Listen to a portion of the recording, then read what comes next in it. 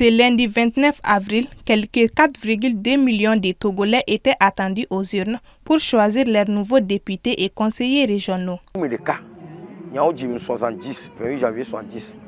Ojima, famille Nyasingbe le funu, kaka nchang babado fifi, famille Nyasingbe gbapotole.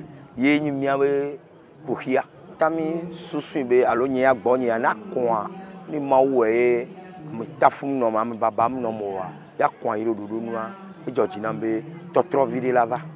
La CENI fasse l'effort de communiquer leurs résultats, les résultats qui se sont vraiment manifestés, et non les résultats, disons, un peu fictifs.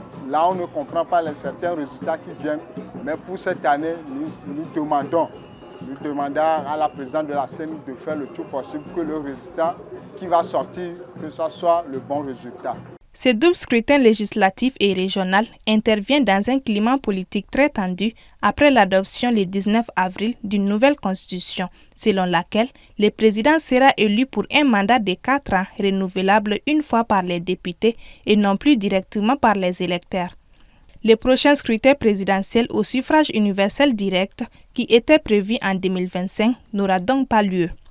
Le pouvoir résidera désormais entre les mains du président du Conseil des ministres, une sorte de super premier ministre qui sera obligatoirement le chef du parti majoritaire à l'Assemblée nationale.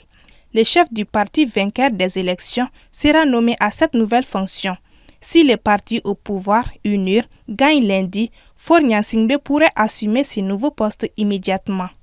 Le pays est dirigé par la famille Gnassingbé depuis les années 1960. L'actuel président, Faure Gnassingbé, est arrivé à la tête de l'État en 2005 à la suite de son père, Eyadema Gnassingbé, qui a dirigé le pays pendant près de 38 ans. Ainsi, l'opposition reproche à la nouvelle constitution de permettre la prolongation de la dynastie Gnassingbé à la tête du pays et dénonce un coup d'État institutionnel. Pour ce scrutin, au total 113 députés à l'Assemblée nationale doivent être élus, mais aussi, pour la première fois, 179 conseillers régionaux qui, avec les conseillers municipaux, désigneront le Sénat nouvellement créé. Les résultats des scrutins doivent être annoncés dans les 6 jours suivant le vote.